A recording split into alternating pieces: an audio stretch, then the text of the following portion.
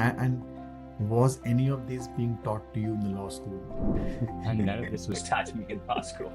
Uh, it's something that many times isn't even taught on the job. Tell us about the biggest challenge you faced in your career so far, uh, like a transaction or any deal, and how did it change you as a lawyer? Early on in my career, I was working at a company, and it was a smaller company, and we were actually on some tough times. And I remember it was the start of the summer, and I actually thought that over the summer I was going to be kind of trying to wrap up operations of the company, and help liquidate some assets. So Matt, in your experience in a tech company in the US, what's the right time to get a GC on board? If you make it too early, people look at you and they're like, no, that's like big company process. We're not ready for that. And if you make it too late, you put the company at too much risk. Matt Boisen, welcome to the show. Thank you for having me. Matt, I've seen your career progressing over the last decade or so, and you are now currently the CLO at Highspot. Tell me, how do good lawyers become great general counsels? Yes, this is a good question. And I think that it's probably not too unlike a lot of different roles at companies. Um, you know, as you progress through your career, um, usually when you start out when you're junior, if you're really good at your discipline, as a lawyer, if you're really good at reviewing contracts and signing deals, um, that's sort of what you're valued on. Your manager, who's most likely a lawyer, is saying, this person does, it really gets what we want to accomplish as a company, is doing a good job mitigating risk, is getting the agreements done fast, and you start getting promoted, and pretty soon you start interacting a lot more with other people at the business, and so they're not necessarily judging how great that indemnification provision was that you negotiated. They might not even know what indemnification is, but they see you and they see you working well across different teams, accomplishing business goals. And so, what you start becoming valued on and what people look to is your impact to the business, and not necessarily, the technical skills that you might have. Those start to become more table stakes, and really, the impact of the business, how you work well with other people, and when people interact with you, how they come out of it. Do they see you as helpful? You move the business forward. You came up with creative solutions, and I think that as you progress in your career, that becomes more and more important, and that ultimately puts you into a leadership position. And was any of this being taught to you in the law school? No, none of this was taught to me in law school. Uh, it's something that many times isn't even taught on the job. You just sort of observe it as you go, and you realize that, wow, I just got a shout out from someone to the entire company, and it might have been for something really easy and small that you did, but the reason why you got recognized is the impact it had on the company, and you start to pick up on it. Hopefully, if you have a good manager, they can point out some of this as well. That really the things that start to get celebrated are the wins for the business, and you can, as a lawyer, very much align yourself with those. Tell us about the biggest challenge you faced in your career so far, uh, like a transaction or any deal, and how did it change you as a lawyer?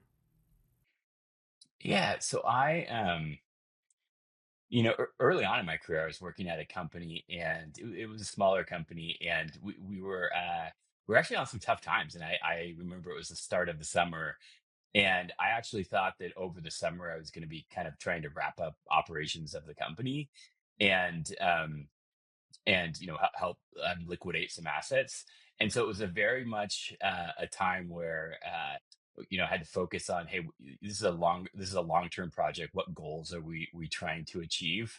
And then working with the management of the company to come to a successful resolution. It just so happens that through this process, we ended up towards the end of it getting approached by a company that acquired us, and so that was a huge success for everyone.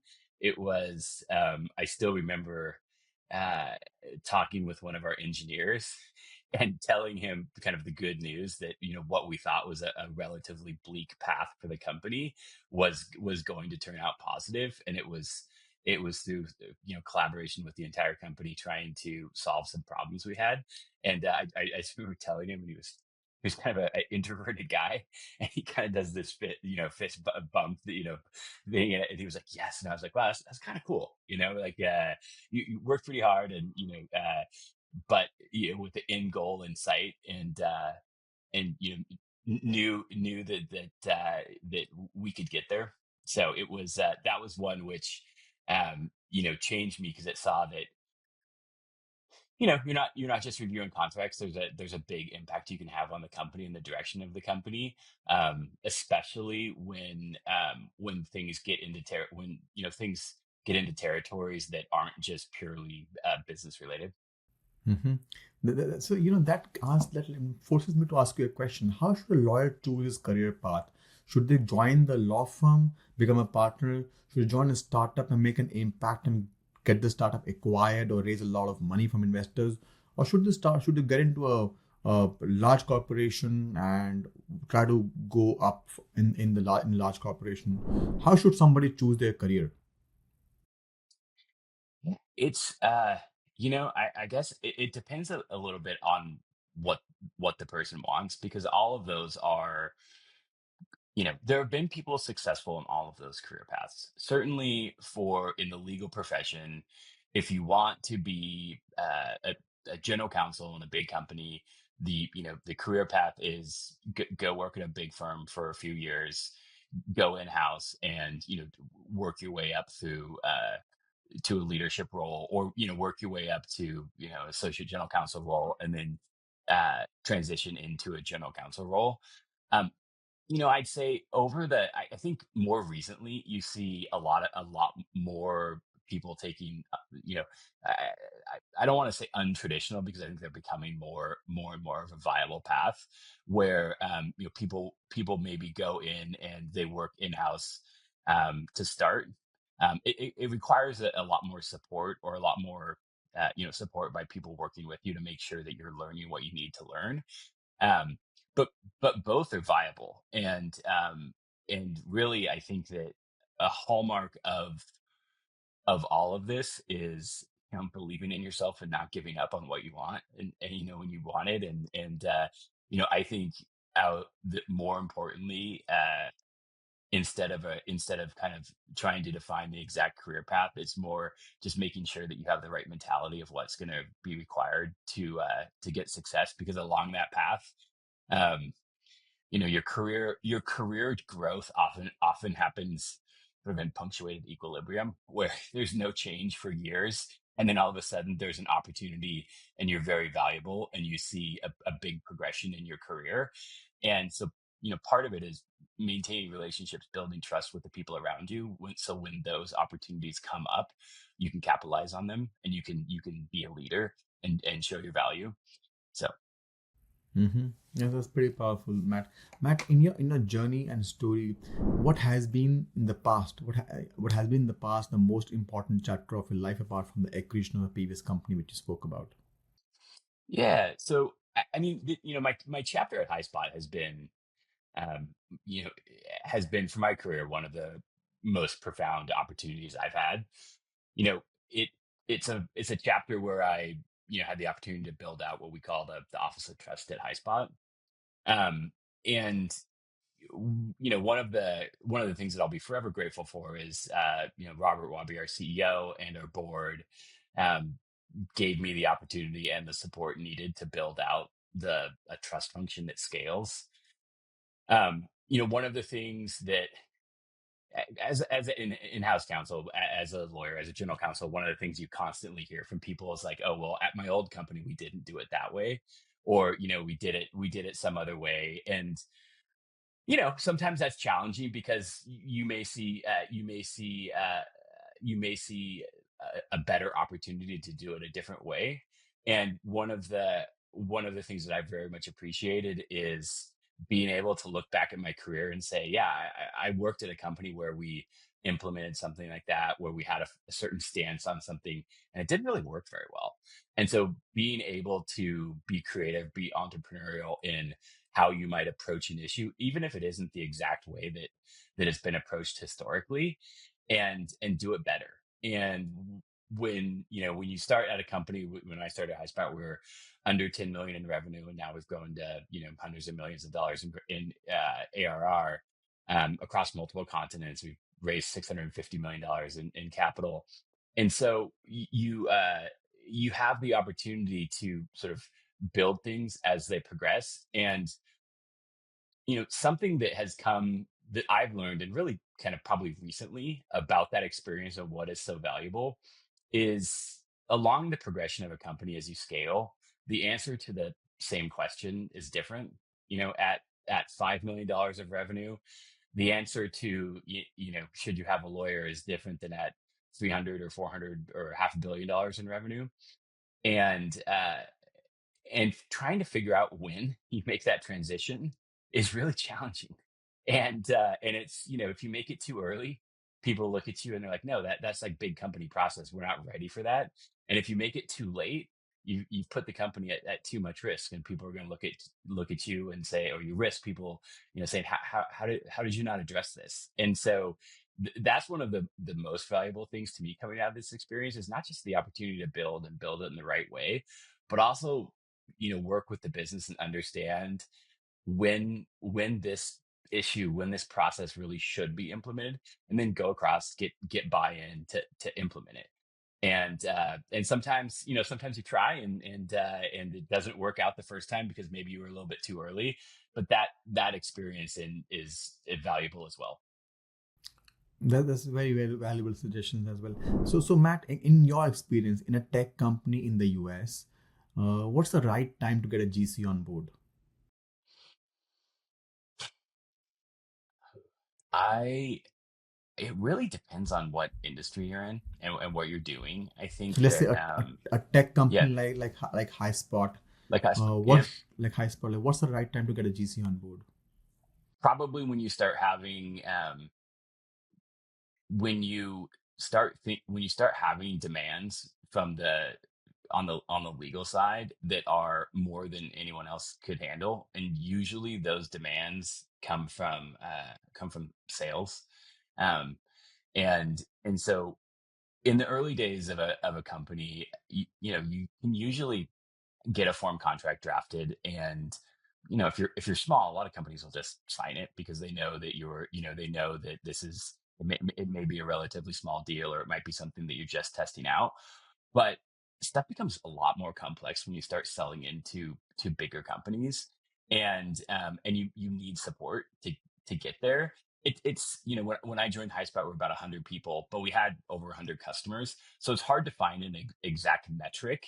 But usually it is something where you just start getting requests that come in, and nobody really knows what to do, and you start to spend a lot of time trying to figure out how you're going to take this 200-page contract that a large company gives to the people that water the plants at the office, and also to SaaS and AI solutions, and figure out how to get it implemented. I will say, in my experience, that the first legal hire is usually a financial sort of calculation. Hey, we're spending.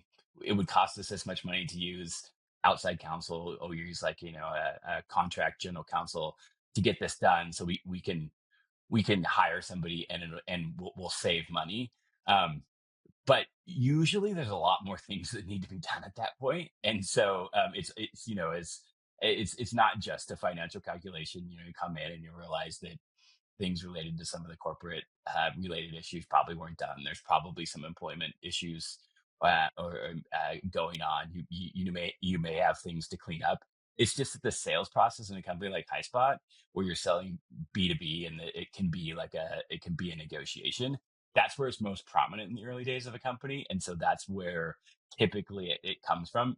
It's pretty hard to go into a company that has no revenue and say, like, hey, let's hire somebody to mitigate risk, because you're kind of like, I don't even know if we have a business yet. So if we had risk, that would be awesome. So yeah, it's if for other industries, for like heavily regulated industries where going through and figuring out, can you actually do this from a regulatory compliance aspect, that typically is a lot earlier, because the legal function becomes, guiding function to strategically develop the business model. Mm-hmm. Makes sense. Makes sense. So when things start breaking apart and you are like all over the place legally, maybe about $10 million in revenue. When the enterprise, when you want to get into enterprise sales and you get a 100-page contract from them and you know what to do, perhaps you should start looking out for a GC. Uh, can I say that? Yeah, absolutely. I Uh, think that it's something where you'll definitely start feeling the needs of the legal function, and it becomes a burden to start asking outside counsel, or frankly, it just becomes too expensive, and mhm. you're not getting answers that you easily can translate into actions for the business. It might be, Mm. you get a legal answer, you still have to figure out how you Yeah. actually do that. So Yeah. What to do yeah, about it? Yeah. So like, so yeah, what? right. Like, Yeah, exactly. this Like, the hey, so what that's a answers. Yeah. yeah. There's a lot of risk with what they want here, and okay. So what's the framework we want to use to approach this question, because we know we're going to get it all the time. Makes sense. Makes sense. So, Matt, you are a CLO and a chief trust officer. What does the chief trust officer do? Yeah. So if you think of a SaaS platform, or any platform where you're a custodian of data, you're holding data for your customers. Trust is a very important element to the Is it product. same as privacy? I'd say, privacy, data protection, compliance, sustainability. Those are all functions at Highspot that are trust functions under the Office of Trust. And in many ways, it's not creating a new function. It's really looking at the core things that all of these people are delivering to the company, which is trust. It's trust for all stakeholders, investors, employees, users of the platform, our customers. And so, at Highspot, trust is our security team, both our product security and corporate security team, compliance, so all ISO certifications, SOC 2s, sustainability. We do a carbon disclosure project submission and an EcoVadis submission, and legal, and privacy and data protection, and really now also maybe kind of one of the new things in the last few years is thoughts around AI in our products, and ethical use of AI in the product, and also use of AI in the company generally, because not that the idea that data could leak, or things could get out about your company, but AI just is a new way that it can happen, and one that it can happen in, probably innocuous looking situations. Mm-hmm. Yeah, so we'll come to AI in bit in detail. Before you come to AI, tell me about privacy. So now, as a lawyer, Google knows everything about us. Okay, when you are using the Gmail, Microsoft knows all your code, everything, your emails on Microsoft servers. Uh, your Alexa knows everything what you're talking or what you're saying to your wife. Is privacy naked? Do we even have privacy? Or it's just a concept in the air? And I think that certainly when you use Highspot, you do, and and there are other areas where if the product's free, you might be the product, and so yeah, I think that there's a lot of services out there that we use in kind of our consumer lives, that do collective a lot of information that you just might not realize, like at scale, collecting all that information, what you can learn about someone. One of the challenges slash opportunities when you're building a global company is, um, I'd say that notion of privacy is a something that's more common in the U.S. The way that oftentimes, as the leading a legal team and talking to different constituents at the company, you're trying to explain concepts that are foreign and sound very foreign to people. And when it comes to privacy, you have outside the US, you have a lot of different laws and regulations and regulators looking at kind of from a fundamental different perspective, data protection and privacy. And like a shorthand way that I try and describe it is it's almost as if in the US, you start from a position where you don't have a lot of a right to privacy, and and so there's oftentimes a lot more that companies can collect about you or people can know about you, whereas outside the US, particularly in the EU, you start from a position where that right to privacy is more of a personal right and you have to give it to someone, and so it creates a tension when you're trying to build a global product.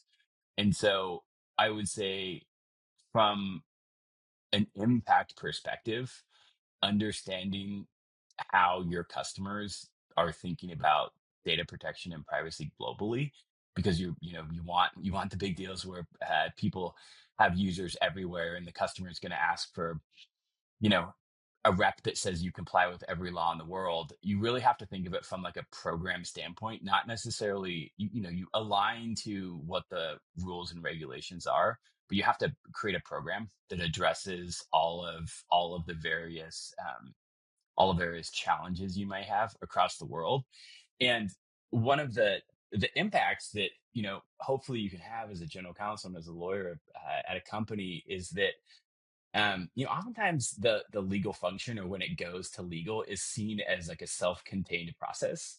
Um, and when it comes to privacy, y- it's very difficult to negotiate something in privacy that isn't really a product feature or something that changes, because a lot of times what you're negotiating is what you can and can't do with data and what you have to tell people and what how data flows work, which is all just a function of how your product works in a way. And so one of the things that I did in the early days of Highspot is any customer that wanted to talk about because this was a year or two after GDPR came into play, and so people wanted to talk about how our product was GDPR compliant or how you used our product in compliance with GDPR. I just had our services team include me on every one of those calls so I could hear how the customers were thinking about, like, hey, what you have this feature, yeah, here's what we're doing with it, how do we think about compliance with GDPR? How do we think about doing this? And take all of those and turn it into a big list of features that we should build in the product and map them to, hey, we should build this feature. This is the customer issue it's addressing. Here's some support that this actually is a legitimate regulatory concern. Here's a couple examples of how companies approach this. And here's an example of what we could do at Highspot. And so there's actually, if you're an admin in a product, there's actually a privacy and security tab where a lot of these features live. And taking them out of the legal document, which is like the worst place you should put something that is foundational to how you should treat data, and put it into more technical documentation and put it into features in the product. So the customer has a lot more choice on how they do this. And by doing that, enable people to use the product globally. Hmm. Interesting, interesting. This is a beautiful advice, Matt. Thank you so much for sharing this with us. Matt, now let's talk about AI a bit. How big currently the team in Highspot? So the legal Legal team team. is, Yeah. yeah, legal team is 7 people and myself. And do you see this team shrinking and becoming more and more efficient and lean and mean teams, and their reliance decreasing on the outside counsel? Is that happening Yeah, because of AI? because of AI, I think that I don't know if I see the team shrinking. I think that I definitely see, and it's with things are moving fast with AI, so it's hard to predict the future. But one of the things that I think AI can really help out on is, as a legal team, there's a lot of things that you do that are not incredibly high value, but they need to get done. And I'm not saying that the work isn't important. It's just, you know, s- uh, taking a document that you get, downloading it, opening it up in Word, comparing it, understanding the differences, and then reviewing it is something that a lawyer will do because they need to do it, but it's not like it's not like you really need to pay somebody a ton of money to do that. And if you could alleviate a lot of this process-based busy work and focus people more on high value tasks, one, I think it'll be way more enjoyable, because I also think that a lot of people on legal teams and in the legal profession are more motivated by that type of work than sort of like process-based work. Um, but definitely the ability to get the ability to deliver answers faster will increase. And I still think that there's for legal issues that are more complicated or higher stakes, outside counsel, you'll still use outside counsel for the judgment and the expertise in these areas. But then there's other areas like a diligence project, or an initial pass of a contract, where I think AI can really accelerate. And um, and and you see things where more basic tasks, like you could probably entirely review all NDAs with AI, and have a pretty high accuracy rate. And you need to review, at least from a high level, what NDAs your company is signing, and you need to do it fast. And it's something where um, you could probably do that entirely with AI, deliver a lot more impact to the business, that everybody will be happy and not really change your risk profile, and then free time up to do more different things. I think that we're a ways off from being able to take a contract and dial in risk tolerance and how big the deal is and come out with a solution and have that completely automated. I just think at most companies, a lot of this isn't written anywhere, and a lot of it is a lot of the effort is actually not the legal team. If you um if you map out if you have like a really large deal, and it takes 6 months to close, the actual amount of time a team is doing legal work reviewing that agreement is relatively short. It's probably under a week. And if you really want to accelerate things, it's not doing the legal review necessarily faster. Certainly it should help, and we should always do that. But usually the efficiencies you can gain are by figuring out like what's taking so long. Why are people taking so long to respond if they need something approved? Why isn't there urgency on the other side to turn a draft around? Those are the huge gains. And those probably won't be obtained through AI, but certainly a lot more efficiencies on just internal process. And particularly as more and more data sources are connected, you'll be able to do a lot more. And some of the large projects that teams used to engage in the past will become something that you can automate a lot more. And uh, and so yeah, and so I also think that from a process standpoint, there's a great opportunity to use tools that help accelerate a process. So you may have a little bit of um, individual legal review that's going on with a contract, but being able to take the status and get it out to people and let people know what they need to do, it will really help. Will really help accelerate things. Mm-hmm. Mm-hmm. So, is your alliance, Matt, reducing on general outside GCs, outside counsels? Are you doing more and more work in house? Um, So, let's say I'm asking this question from perspective of a Yep. founder who might be thinking of Yep. reducing the legal cost or the outside counsel cost, because in house the legal function is a cost center. It's not a profit center. Yep. So Yeah, you absolutely. the founder is thinking of reducing the legal cost, or is it thinking of reducing the outside counsel cost, or how does it Yep. work? Yeah, and the way I think it's hard to go into a really big company and that already has process, because you have like a lot of things disconnected. I think that for smaller companies, you should be able, kind of back to our earlier conversation about when you hire your first lawyer. I think you should be able to get a lot further along in the process before that comes to fruition, because you can strategically use outside counsel, but for some of the, as you may be at a point where,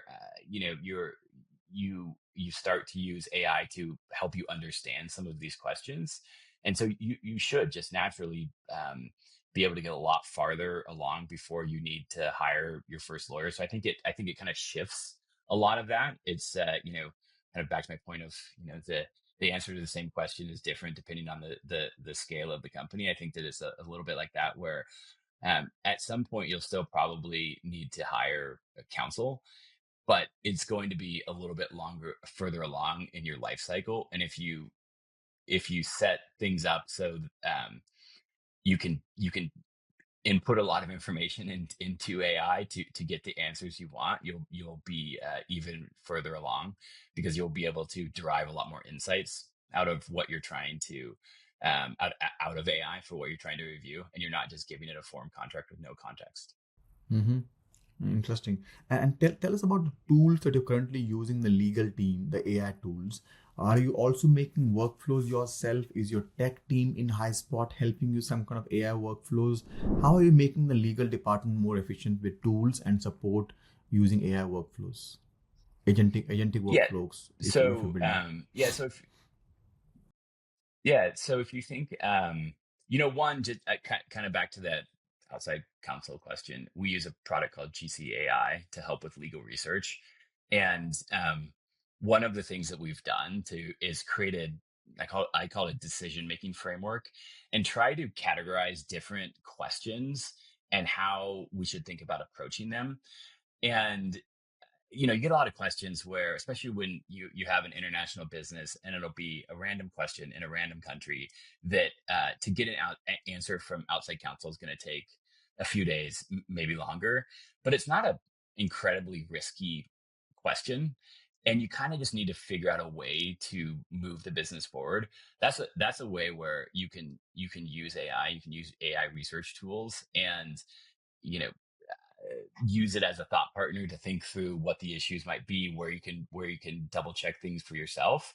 And so that's one thing that we're doing right now. We also use a contract lifecycle management tool, Lexion, and, use the AI features. We're actually, so our team is committed to getting NDAs reviewed in under 24 hours, which is a pretty tall task, because you're not like capping any of the frequency. You're just saying, like, no matter what comes in, we'll get it done in 24 hours. And we're using AI features in Lexion to do the initial review and then automate the signing of those. And so you started to automate. If you think of just the revenue life cycle of a deal, you have sort of in your CRM platform, you generate a quote, which ultimately hopefully generates an order form. And then depending on the deal size, you start negotiating an agreement, and then you're done negotiating that, and then you want to, both put that information back in Salesforce so the account teams know what it is, but then also port it over to whatever your financial reporting system is, so you can recognize the revenue. Those are all workflows that we have, and it helps because, none of it is manual, and it enables a lot of different teams to understand what the terms of the contracts are. And you can use AI to pull out, key terms in a contract, the metadata in a contract. So if somebody on the accounts receivable team needs to know what the payment terms are for a deal, they don't have to ask us. They don't have to go look for the contract. They can actually get a kind of report of that. If they want to dig deeper, they can go in. And so, in addition to speeding up the workflows, we're also trying to in a way, take a contract and put the key terms into a spreadsheet that you can sort. And that's pretty hard. It's pretty hard to take a concept and put it into a number. But that helps you get that information out to different constituents that need it at the company. And you don't become, a blocker, or, somebody that needs to needs to actually look up the answer. You can enable other teams to do it. And a lot of that is done through, looking at our contracts with AI. Mhm. And see, currently AI is doing certain things, is changing very fast. But do you see AI doing more and more work, and you becoming more and more efficient, and you having less people, especially you hiring fresh level engineers? lawyers from law schools, like fresh law grads, do you think they will have issues finding jobs in the world of AI? Fresh law grads. Yeah, I think that I mean, I think if you think of AI as um good but could get better, that's oftentimes how you look at somebody's career progression. When you're early in your career, you might be good at something, but there's a lot you need to learn. And so I do think that where you're going to see pressure is at the lower ends of the market, where you have younger people that the AI may be, um, from a cost perspective, equivalent to them in terms of, hey, this person can get this much done at this percent accuracy, and AI could accelerate that, or you only need one person to uh, review this work because you have AI doing a lot of the analysis. So it should. I think the timeline is a little bit up in the air about when that happens. But yeah, I mean, in the future, I just don't think you need as many people in a legal department, particularly for tasks where you're really, spending a lot of time reading things and analyzing things, and not kind of interpreting insights and making judgment. If you had to start your career all over again in 2025 in the world of AI, how do you do it? Um, I think that one of the, and I mean, it's kind of back to what I think makes people successful at a company. It's really focusing on what problems you're trying to solve for the business and how you can use AI.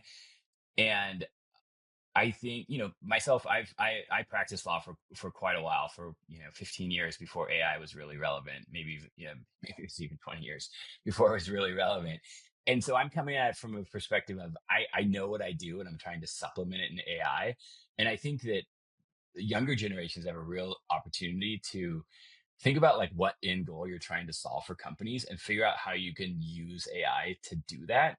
And it might not be in the traditional, I'm going to, do diligence work on a big M&A transaction and read a ton of contracts and create a spreadsheet, and that's the value I deliver. It may be still delivering that actual spreadsheet, but doing it in a way where you've thought through, okay, so here's like these tools available to me. Here's the level of accuracy I need to achieve. Here's how I could do it. Here's layers, like here's human layers I can put on top. And so it's almost like a focus on the legal work and what the legal answers are, but using a lot more process and technology to be more efficient, um, could really help. And I think you'll probably impress a lot of people that have been in the profession for a while when you can come up with these new ideas, and think differently about how you say solve the same problems. Because they'll there still be loss, even in a world, where AI has reduced the size of some teams. There will be laws, and that they will be very important for companies to comply with. And so finding solutions that are efficient, that answer the business problems faster, I think that a younger generation is well primed for that, because they may be starting from a world where this is the way that they've always learned, and this is the way that they've learned how to solve problems, and it is different than the way I've learned. And I think that in the long run, it'll probably be better. Hmm. And tell me, with so much of AI around, are and the AI already knows the law, the first draft it can do, the research it can do, whether it's GCAI or it's OpenAI. They know it knows the law to a large extent now, and we don't have to remember the sections anymore, remember the law anymore. It can give you the first draft like that. Is law school any relevant in the world of AI? Yes, because I think that law school teaches you a very fundamental thing, which is how to think, and how to think through some of these issues. And usually, when you graduate law school, you actually don't know that much about the law, and and so it. But what it does is it allows you to, look at issues from both sides, figure out how you can reason and get to an answer. And I mean, knowing the laws, even without AI, knowing the law is usually the easy part. I mean, everyone can read. If you can find it, there's a bit of mystery to it. But if you gave somebody the law, and you said, so what should we do? It's really the what should we do that is the important advice. And the laws usually don't say that. They say, you must, I mean, GDPR is a great example. It is a really long law. And if you just read GDPR for its face value, you would assume that commerce across the Atlantic would stop because there are requirements in there where people say, well, how would you possibly do this? I can't believe this happened. And the lawyer will come in and say, well, there are different principles in this law. And an example that always comes up, especially when you're talking with technical people, is how do you identify a European data subject? And the easy answer, which most companies use, is just IP address. You figure out what IP addresses are in Europe or in the European Union, and then if you detect a user from that, if you have different experiences, that's where your GDPR compliant experience comes from. You pop a banner that says accept cookies, and you may have them agree to different things. And a technical person will say, like, well, hey, that's flawed because if that person is traveling in the United States, they might have a US IP address. And you're like, yes, you're totally right. But there's also the principle of data minimalization under GDPR. So we wouldn't want to collect like more information about the person. Like you could get their passport and you could have them, certify something, but you're actually like violating sort of a tenet of that law. And so coming in and saying like, here's what we're going to do. Like we think that if we go to market with a solution that looks at IP addresses, maybe gives people the opportunity to say to make a designation, that's better than being 100% sure. But it means that there's a sliver of people that technically might be traveling in the US and be a European citizen, and you didn't give them the GDPR experience.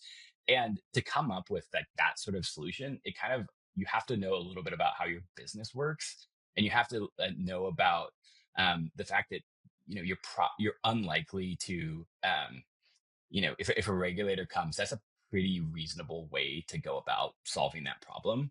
I don't know if that exact issue has been pressure tested by regulators, but it's just an example of the law says one thing, but how you actually implement it at the company, you're getting engineers or you're getting technical people saying that won't work because they're fixated on what the exact answer of the law is. And so having that kind of like next level of like, okay, what do people do? How do you benchmark this? Will this work for our business? Are we is this something where we're willing to take a little bit different risk position on this? That's, I mean, even today without AI, that's a lot of the value lawyers can deliver. And with AI, just kind of understanding that and being able to research a lot more of that, I think should accelerate your ability to do that. Hmm. So that's very informing, Matt. You know, in the world of AI, a lot of things are changing. A lot of things will not change. For example, appearances in the court, you have to have a lawyer. For arbitration, you need to have a lawyer to argue with the counsel there. What will not change apart from court appearances, even after AI? Judgment. I think that Judgment and exit. there, yeah, yeah. So there's a lot of different things that go into the answer of what the advice of what we should do, or the list of options of what we should do, and have figuring out and advising on which one to take is one that I think will be hard for AI to take away. Getting all the information about what to do, that may be accelerated by AI, but kind of standing, looking at the different options and what we should do, and knowing where we want to go as a company, is something that I think that will continue to be valuable for lawyers to have. I don't see a CEO coming and saying, what does the model say? Or I think that it's more like, what should we do here? So it's a blend of legal expertise and human judgment that is core. Hmm. Hmm. Let's talk a bit about lawyers' work culture in the US. Are lawyers working too hard for their money? Um, I think that the lawyers in the U.S., especially if you're getting paid a lot of money and you're outside counsel, and part of the reason why you're getting paid a lot of money is because your clients expect fast results and expect them to be right because the business is relying on it. And so y- b- it's a trade-off. I mean, that is in many ways that you're paying for the expertise, you're paying for the diligence to make sure it's the right answer, um, and that does oftentimes require a lot more work, and so there's an argument that yes, lawyers are, but it's the trade-off is if you wanted more of a lifestyle job that wasn't as high stakes, you might not be able to demand as much money, and or you might not be seen as that, as able to as able to be relied on by your clients because like a customer like Highspot, because the need is fast, accurate, and a lot of trust that what's being delivered is the right path because it is high stakes, and you need, and that just takes a lot of time being on, and a lot of work to get to oftentimes. Hmm. And one of my friends told me, he said, Amit, make sure you don't pay too much for your money, which means people are sacrificing their spouses' events or birthday parties of their kids and school events and whatnot. Uh, do you think is that a culture issue? um yeah, I mean, I think that it's as you I'm sure if you ask somebody, as you get more mature, your answer changes, and I think that that's like one of the learnings that you get through experience is yeah, like maybe there is a better balance. Um, like early on in your career, a lot of what you get judged on is just like how smart you are and how good you are. And so there's this obsessive focus to be as smart and as good as possible. And I think as you get further along in your career, it's more impact. And so it changes your perspective. And so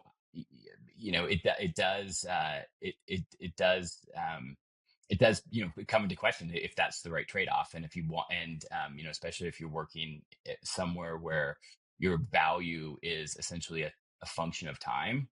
It does create a cycle where you have to spend more time to create more value. One of the I was at an event, and one of the cool things that just working at Highspot, especially since we're like 100 people, there's a lot of people at the company that if I hadn't been there since we were small, I wouldn't know them, just because we don't work together, and we've got 1,000 people at the company or so, and that's too many to know. But there's a lot of people that have been there for a while, and I know them because when we were small, I used to sit next to them or see them all the time. And one of the guys was leaving the company, and he came up to me and he's like, well, you know what, Matt, what advice would you give your younger self around how to progress through your career? And I kind of like thought about it, and I said, hey, think about how you can be valuable in a way that's not just solely based on your time, that's not solely based on the amount of hours you work, because that'll probably be a leadership role, it'll probably be something where you're delivering a lot of very valuable impact, but you've figured out how to do that in a way that doesn't consume an enormous amount of your time. Because if you just focus on being really good at one thing and being really smart and delivering good results, you stay in a little bit of a cycle of having to work harder to be more valuable. Hmm. Absolutely, absolutely. Tell us about success, Matt. What does success mean to you? Um, I think of it as like I'm a very economically driven person, so there's always a success of accomplishing a goal, and whether it's an IPO, or selling the company, or achieving a good result on a deal.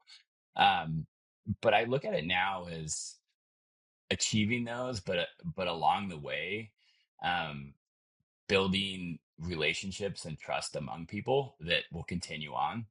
Um, I, if I think back through my career, most of the the fundamental like changes in my career for the positive, job changes, big things I got to work on were were there because people I knew or I worked with, I built relationships with, and they trusted me to do something, and they recommended me.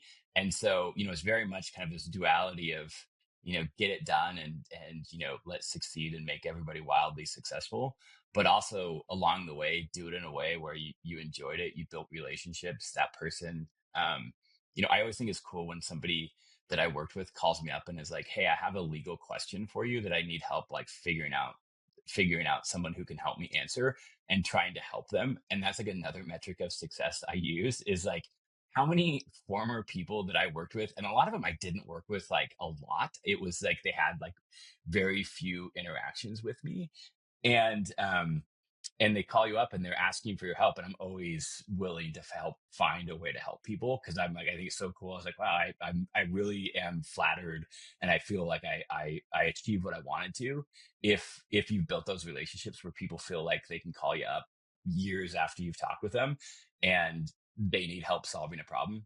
And so I find those as especially more and more as like very rewarding and a mark of success. Beautiful, beautiful.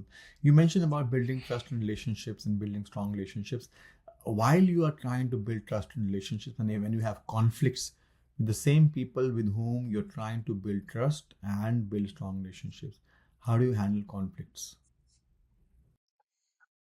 I generally as a lawyer, and I've definitely learned on this path. I'm not saying that I started from day one, but it, maintain calm and try and maintain an open mind of all perspectives. That's something that just lawyers, it's just something that lawyers can bring to the table in almost any situation, is how to be calm and look at like what the problem we're trying to solve, and make sure that we're having like a very focused discussion, and not letting emotions get in the way of trying to figure out what the right answer is. Um, that's how I approach relationships too. I don't think there's anything wrong with having conflicts with somebody that you have relationships with, as long as those conflicts are productive, as long as they're focused on a business outcome, or a principle that you think that is very important. Where it starts to become challenging is when the conflict becomes personal, or becomes not necessarily productive comments. And so I try and shy away from those as much as possible, and focus on what goals we should achieve. And then, also another thing I've learned is you don't always have to be right to be successful. And there are some times where you can be super successful, and you may have only got half of what you really wanted to achieve, but it was the really important half. And you can try again on the other half. It just might not be the right time. And so also having that perspective that, you might not win everything. You have to, always try and sit in somebody else's shoes and understand where their goals are and what they're trying to achieve as well, to get perspective on how you might be able to solve this, and solve it in a way that is focused on solving the business problem at hand. Because I've found that that's a much easier way to find common ground with people. I think that wisdom comes from being married, that you can be right and still lose the argument. Yes, it's important to win the person and not win the argument. Yeah, absolutely. Brilliant. Yes, staying calm and open minded is very important. Yes. My last question to you, Matt, is like importance of mentors and coaches in your life. Have you had mentors and coaches who guided you through this way? Yeah, it's actually been very important, and I'm glad you brought that up, because I've relied on a network of people that, I like to think of it as like they believe in me and believe in my success, and I very much appreciate that. And so I've tapped into that network, and trying to contribute back as much as possible, but also just as a way to have a network of people that I can talk about stuff that I might be embarrassed to ask somebody about at work or might even be embarrassed to ask outside counsel about, about my career, what I'm thinking. And so it's, I've tried to always be open to be a mentor because it has helped me profoundly in my career.